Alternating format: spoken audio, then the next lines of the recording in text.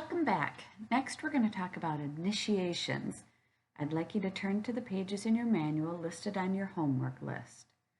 So initiations are about spiritual growth. In our last video, Initiations Section 1, we talked about our spiritual evolution. In this video, Section 2, we will specifically discuss initiations. So now let's move on to talk specifically about initiations. The Ageless Wisdom teachings refer to the concept of initiation, and there's a lot of mystery and talk about that word in the world today. What does the word initiation mean to you?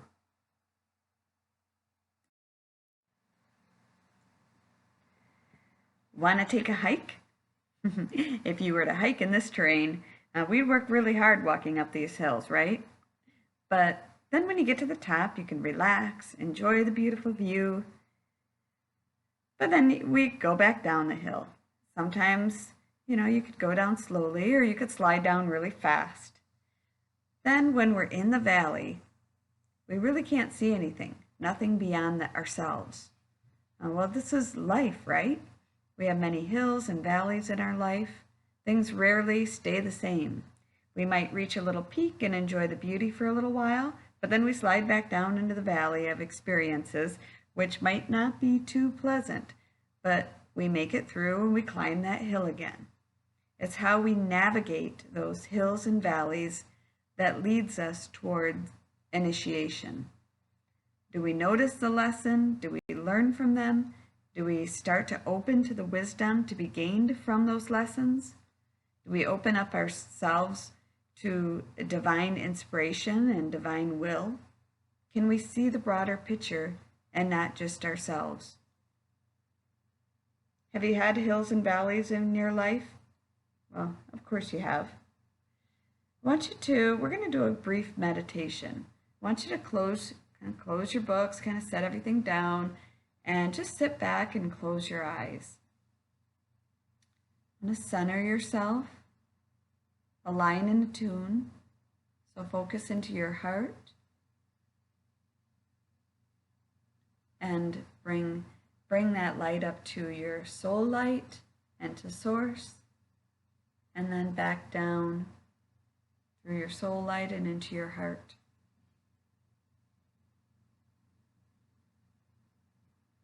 We're aligned and attuned, and then we look inward and upward to your soul. And just rest into that soul consciousness.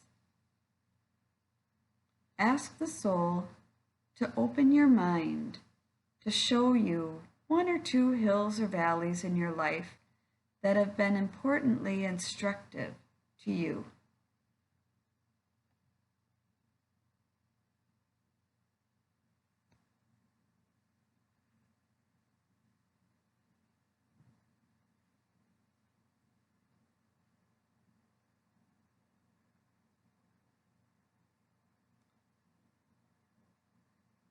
What comes up? Probably the first thing that came to your mind. Open your eyes and briefly write a few notes.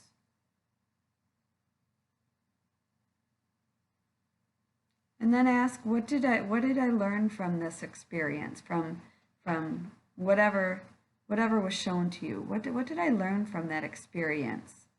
And take some time here.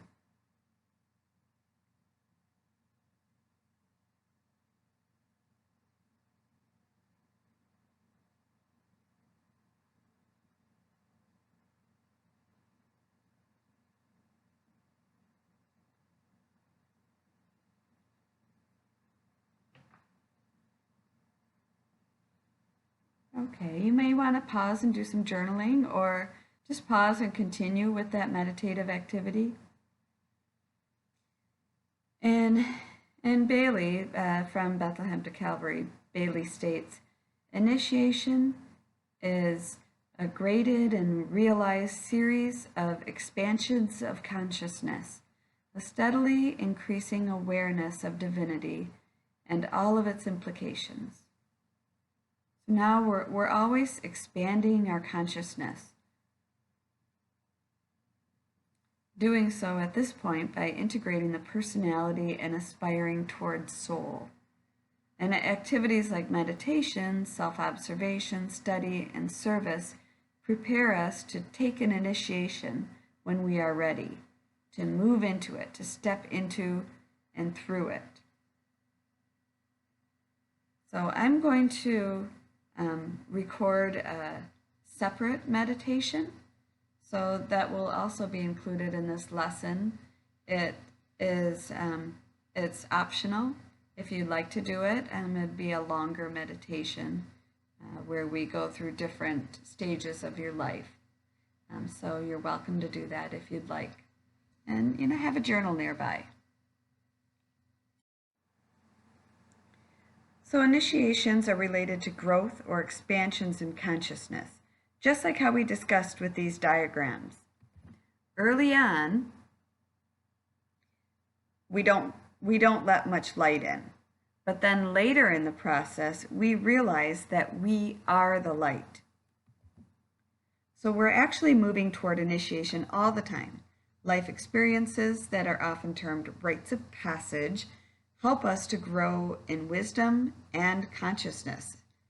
And I would say gain a sense of humor. Our growth automatically leads us to that next rite of passage or initiation. Each initiation is an indication that our inner flame of spirit, our soul consciousness, is burning even brighter. These stages of consciousness mark the transition from one point of growth to another. In other words, each initiation allows us to see further and understand more deeply. Now, this process just happens to us, as that process is actually driven by the soul and our higher centers, so that we learn and progress. So each initiation is earned. You don't get a graduation certificate. You don't get 200 when you pass go. We're just all on the spiritual path, and we go through these initiations. Each stage of initiation marks expansion of consciousness. We grow into a greater level of understanding because we grow out of what we knew before. We no longer look outward for someone to solve our problems for us. Instead, we learn to look within for truth and a solution to our problems.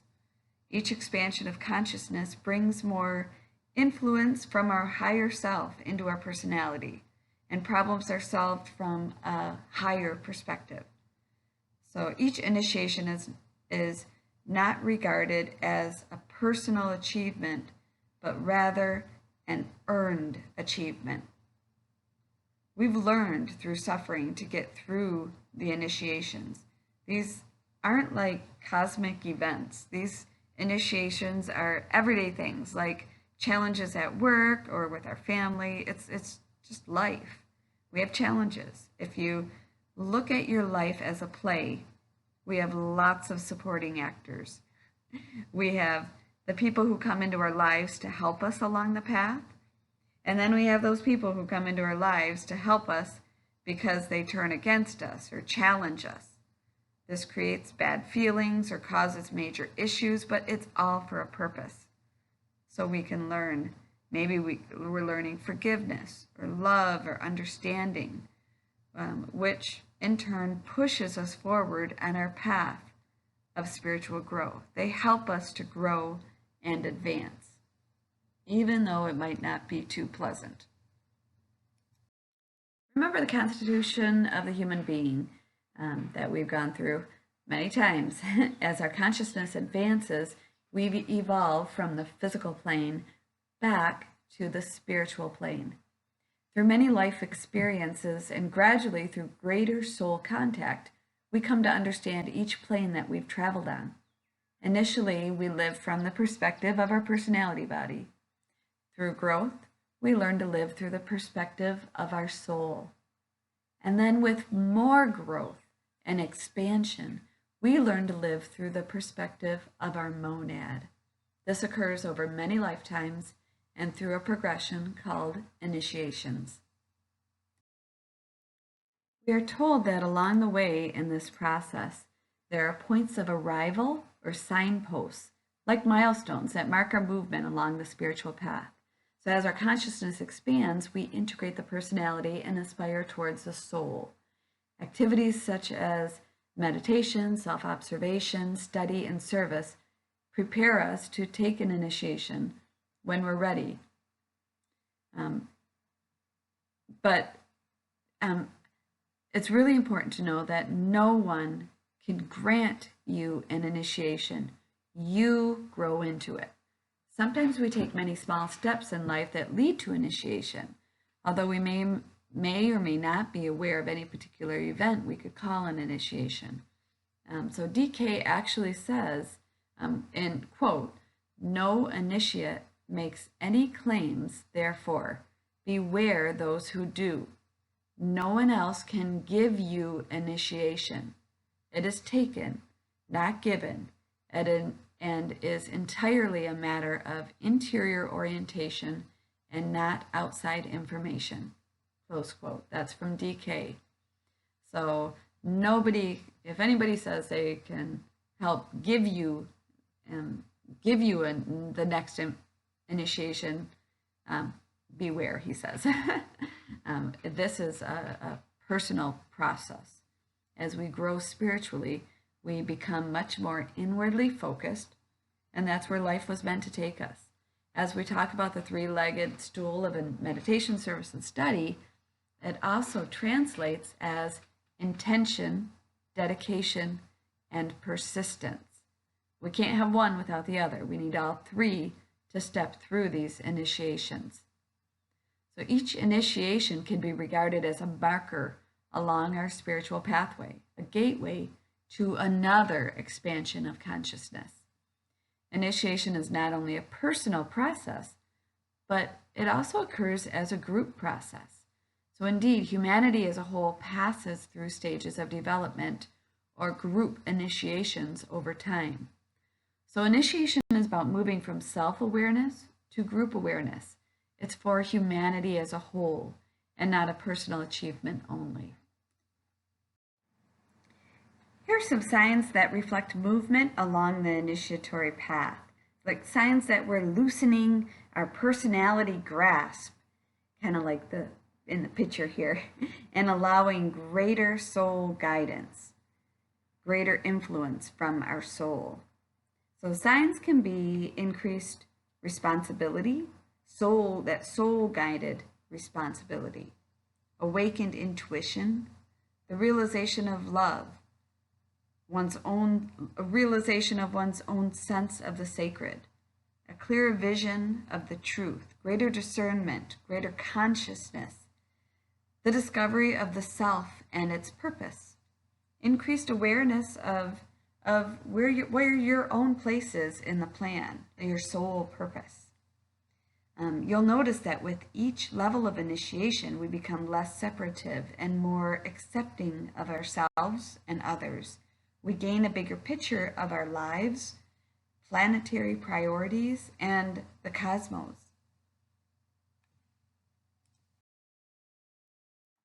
So let's go through these initiations. Bailey describes 9 initiations, but the higher ones are so tough to even wrap our heads around. So we won't even go there. We'll discuss 5 of the initiations. So most souls have incarnated many, many times to gain human experiences until at long last the stage arrives when it decides to enter the path of return. And this leads back to the spiritual body. The decision by the soul is marked by man turning his back on exclusively human activities and taking his first steps towards spirit. This takes him into the first initiation, which is the birth of spiritual awareness, sometimes referred to as the birth of the Christ consciousness within the cave of the heart. Hence that picture. Isn't that a beautiful picture? It just looks like the cave of the heart. We could say that the first initiation is passed when an individual succeeds to a certain degree in mastering his instinctual nature. He's brought some order into his physical life and has purified and gained control over his physical desires. It involves making a shift from focus in the lower three centers upward to the heart with focus on unconditional love for all. We become more sensitive and responsive to the needs of others and want to serve others. So there's a little spark of light from the soul that starts to get through. Really, the only thing that's changed is your desire to do something different. It might be doing philanthropic work, deciding to go to church, something, meditating, something like that. This correlates to someone at about this point in the spiritual progression, that upper right picture that we just went through. The soul light is starting to enter into the personality body. So you can see how instead of that straight line coming down from that soul, the soul that is a little more open, meaning that there's more soul influence into the physical, etheric, emotional, and mental bodies. Humanity as a whole is now preparing to take this first initiation on a large scale. When Bailey transcribed DK's words, at that time there were DK said there were thousands of first initiates, but he stated that in the early part of the coming century, which is now, there would be millions, which would transform humanity and lead to a better world and peace on earth. With this, a new civilization, he says, will emerge that will reflect values of brotherhood and creative living. Isn't that exciting? So after the first initiation, we're on the probationary path. We can fall off, could drag our feet, but we're on the path, and this path takes a long time. The path begins the hard work of the struggle between the soul and the personality. So this first initiation is the birth into spiritual awareness and conscious spiritual development. This means that the bridge between the lower and the higher minds is being firmly established, and the personality body starts to listen to the higher centers instead of the desires of the personality body. So this first initiation is focused on the birth of spiritual awareness and the beginning of our journey as aspirants on the probationary path. A major focus is on dealing with and learning from the physical desire nature and gaining mastery over the instinctual reactions and desires within the physical body. Once one achieves the first initiation, then work is started to calm the emotions, control the astral body, and also work towards being set free from glamours. For example, changes we might observe in a person at this stage are the person might create order in their physical environment, change eating habits, and deal with their eating addictions to be healthier. Like if they're an overeater, minimize. Adjust sexual behaviors to be healthier and wiser. They might even begin to exercise and take care of their body and just develop a more balanced life. They might change their alcohol intake and begin to deal with drug addictions. Making these changes can be challenging because we may be trying to break habits that have dominated personality for many lifetimes. And sometimes there's also subconscious issues that drive these physical patterns.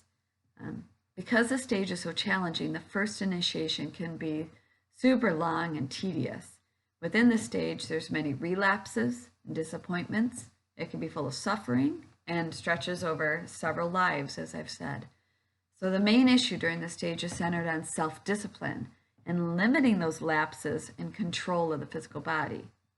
So mastery over emotional or astral body is essential because the second initiation cannot follow until the emotions are under control. During the first initiation, the aspirant gains control over the emotional life, and this is only done by developing a more mental approach in which the mind supersedes the emotions. So period of incarnations may lapse between that first and second initiation. And it's common to be unaware that you've even passed through any initiation. The objective of the first was just to get the handle on the physical aspects of life.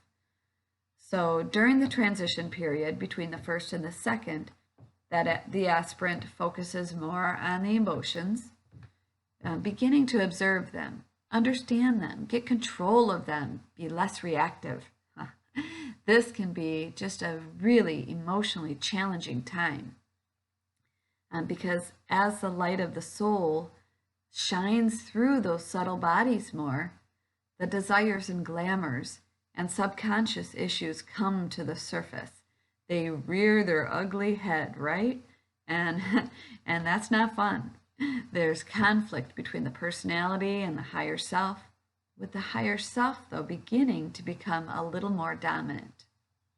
As the emotional body calms, our solar plexus center comes into better balance and flow. We're less reactive, and we're starting to become more aligned with the heart center. So as I said, a long period of incarnations may lapse until we're fully able to manage our emotions and the emotional or astral bodies perfected. But it's not over yet. During the last stages of the first initiation period, the disciple often undergoes the most acute emotional distresses of his entire existence. This is like the last-ditch effort of the astral body to keep its hold. So this time frame is full of inner turmoil and uncertainty, self-discrimination, deep discontent, and a deep longing to be free from the emotions at last. And then, woohoo! We made it through! The reward for persevering and making it through all the crazy tests and trials begins the second initiation, which is referred to as the baptism or purification. Now at my church, we do fully immersed baptisms in Lake Michigan, mainly because Lake Michigan is right there.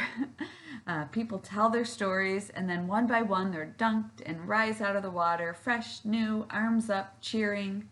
This is how we would feel to reach the second initiation, refreshing, new, full of the Spirit, full of love for all humanity.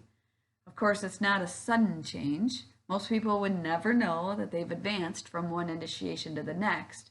It's a gradual process. But the second initiation is a calm period of learning the meaning of real spiritual love for all of creation. It's the harmonizing of the emotional and mental bodies and can be described as having a coordinated personality. We're free to more fully build that rainbow bridge or that antakarana, that link between the personality and the soul. The throat center really comes to life during this initiation, and along with it, the lower mind. The personality is now rapidly integrating, and its energies, now more under control of the soul, start to focus more on service of the whole, all of humanity, all of creation. So we see that selfishness begins to dissolve. As we grow spiritually, we become free from our emotions. This is the harmonizing of the emotional body. You clear away the storm of the emotions. You recognize you have emotions, but they're no longer in control. So passing the second initiation is like the clear blue sky after a storm. You finally see the sunshine through. Well, in the second initiation, the light, the sun of the higher mind can shine unclouded, and the selfishness of our emotional focus begins to dissolve. We turn from the good of the individual to the good of the whole. This brings freedom from our emotional nature. When the lower personality centers aren't in control, then one feels more an urge to serve, love, show goodwill to all. One has a more spiritual purpose. But don't get me wrong, even though I talk about clear blue skies, the second initiation is not all hunky-dory. Every stage has its challenges, and the second initiation is still difficult, painstaking, and demands a lot from the initiate. But it takes less time, fortunately. Once the second initiation is reached, then progress towards the third initiation should be pretty fast, with the fourth following possibly in the same life or next. The main struggle is in getting through that first initiation, which takes many lifetimes. And in the period approaching the third initiation, the focus of conscious development shifts up to the mental plane. The person, who can now be considered an initiate, further stabilizes the control of that emotional nature and learns to use his mind to consciously build thought forms. So, in that transition between the second and third initiation, the individual learns more about the mental body and how to use it. They also develop the ability to manipulate and create thought, matter, and forms. The person has mastered the 4 lower subplanes of the physical, emotional, and mental bodies, but not the upper 3 subplanes of the mental plane. However, the link to the soul, or the antakarana, is being built. The period just before reaching the third initiation is usually involves intense suffering brought about by lingering remains of glamour and illusion, which haven't been completely eliminated.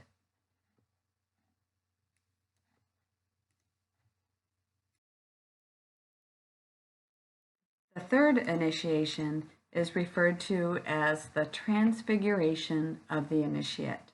This is a stage that the disciple really becomes transfigured as the soul gains control over the personality body and the disciple consciously enters the spiritual kingdom. The personality and soul become united as a single unit, the soul-infused being. This is a liberation of the soul and means that the soul no longer responds to the lower vibrations of the world.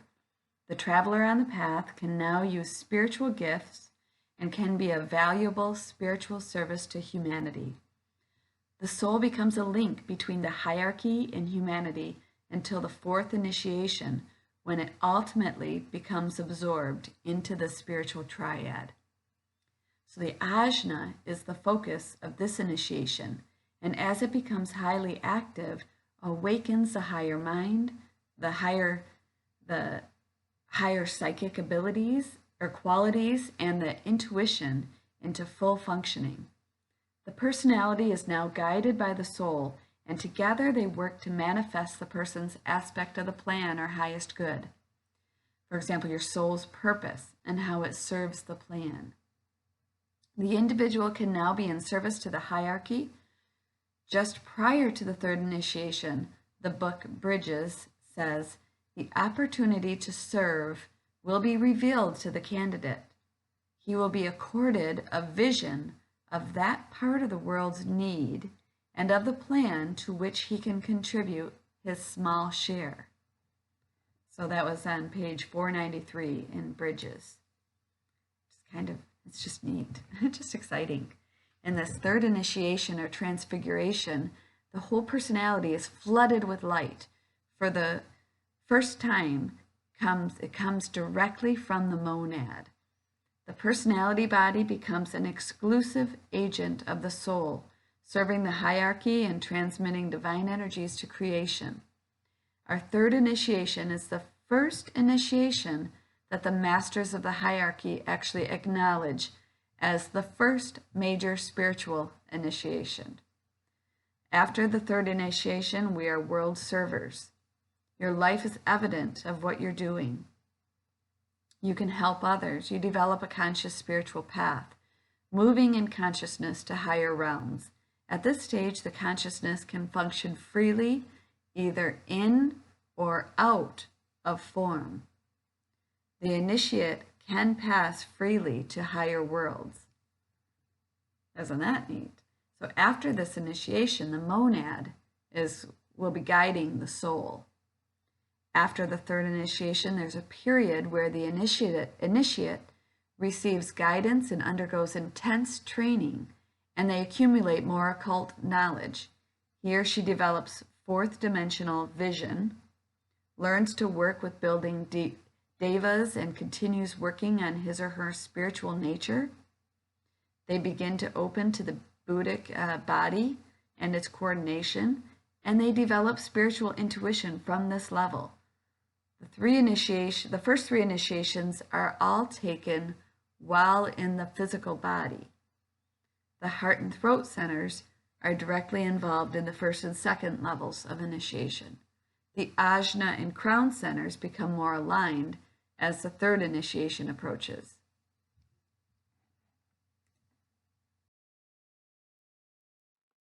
The fourth initiation is referred to as the Great Renunciation. In this stage, there's a period of intensive training and a huge amount of knowledge is rapidly absorbed. The initiate must really grasp all the laws of the lower planes and know how to use them to further the hierarchy's plan of evolution. He'll become versed in esoteric technicalities and has to develop fourth dimensional vision. At this point, the individual is placed in charge of some large work, like helping with projects of the hierarchy, in charge of teaching, aiding many pupils, and attracting to him those who are to assist him in future times. They're now considered to be an adept. In this stage, the soul essentially becomes redundant, so it's absorbed within the monad and disappears as a separate entity. In its place is left the energy of love, wisdom, and divine will as directed by the monad. The fourth initiate is thus controlled by his monad. If he has a physical body, it would look normal to others, but essentially serves as an outer mask, which allows the initiate to work among humanity to fulfill its spiritual purpose. The body is therefore not the product of physical procreation, but will be self-created by the monad. It's not subject to the normal laws of nature. It can at any time be dissolved or made to fade away from human vision. It can be radically changed in outer appearance and can move instantly from one location to another. Isn't this so interesting? Our spiritual work at this point is from within the spiritual triad. We are now our higher self. We're more focused and living from the spiritual realm, but we're still not perfect by any means. This is that point of attainment where spiritual will is released in full service and full comprehension, where the spiritual triad is expressing the true nature of the monad, where identification with God's purpose has transcended mental understanding and cooperation through pure love with the divine plan. From the book Bridges, I quote, "With the great renunciation, everything that used to shackle the disciple to the material world is relinquished in order that the energies and powers which the initiate controls may be applied to the benefit of mankind as a whole. He is now dominated by the energy of the will to good. He is still aware of the experiences gleaned from his numerous physical incarnations, but he has discarded all that proved insignificant, retaining only the essence which has been transmuted into wisdom. As a purified distillation of the past, his destiny now faces new realms of experience and spiritual adventures, which will lead him from human evolution to spiritual evolution and ultimately to the choice of one of the 7 cosmic paths." End quote. That's on page 497 in Bridges. So this initiation is also called the crucifixion and can involve great sacrifice and suffering. It's about giving up things for the greater good. DK writes in describing the initiate at this 4th level, quote, "He has laid all, even his perfected personality, upon the altar of sacrifice and stands bereft of all. All is renounced. Friends, family, reputation, character, standing in the world, and even life itself." And that's from page 89.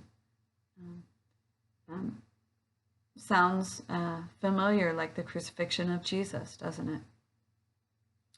So all initiations above the 4th initiation are monadic initiations versus soul initiations.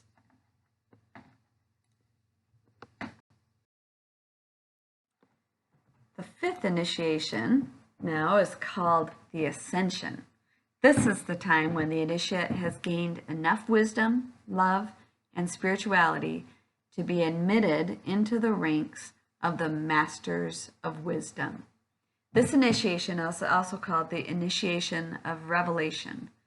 At this point, the way of higher evolution is revealed to him in a totally new light. This signifies true emergence of the initiate from the material being and an entrance into a new world of reality that's beyond human comprehension. It's a total release from form. These are the masters of the wisdom. They've learned the use of will, and there's a direct path to source. Bailey talked about 9 levels of initiation, which we won't go through the others here. But the 5th initiation level of a master of wisdom is high, but to that master, the 5th initiation seems low. The master sees each expansion of consciousness before him as it opens up. Each initiation achieved reveals a still higher one to be mastered. The realms that they can work in include the entire cosmos, and there are 7 cosmic paths of evolution, each path determined by one of the cosmic rays of energy.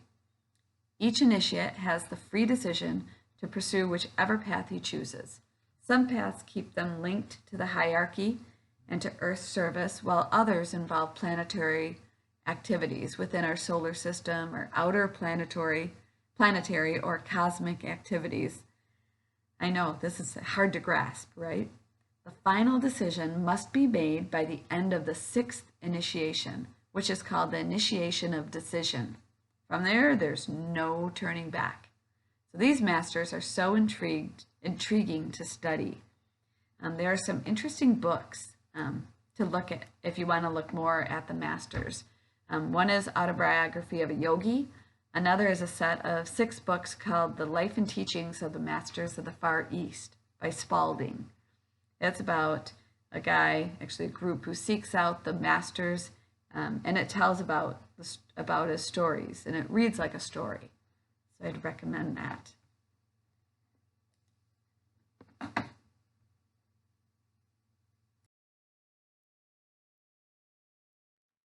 This actually shows you all the books. If you want to take a picture of the screen, you can. If you're interested in reading more about initiations, here are some ideas. From Bethlehem to Calvary, Initiation, Human and Solar, Rays and Initiations by Alice Bailey. And then Autobiography of a Yogi by Yogananda, Rules for Spiritual Initiation. The Light Shall Set You Free. I love that book. And Life and Teachings of the Masters of the Far East by Spalding. Here's a final thought about initiations from Kimberly Patton. One learns that we need not fear these initiations, these times of breaking apart. The soul cannot grow or change without them. What the human ego or the human body experiences as traumas, the soul instantly recognizes as opportunities to shed what is no longer needed. When the heart is broken, the soul is released from its prior constellations. It begins the ancient process of dissolution, dismemberment, and a new life. The soul rushes towards rebirth. This is not a comfortable process, but it is a normal one. And one last thought. The road to enlightenment is long and difficult, so try not to forget snacks and magazines. I thought that was cute.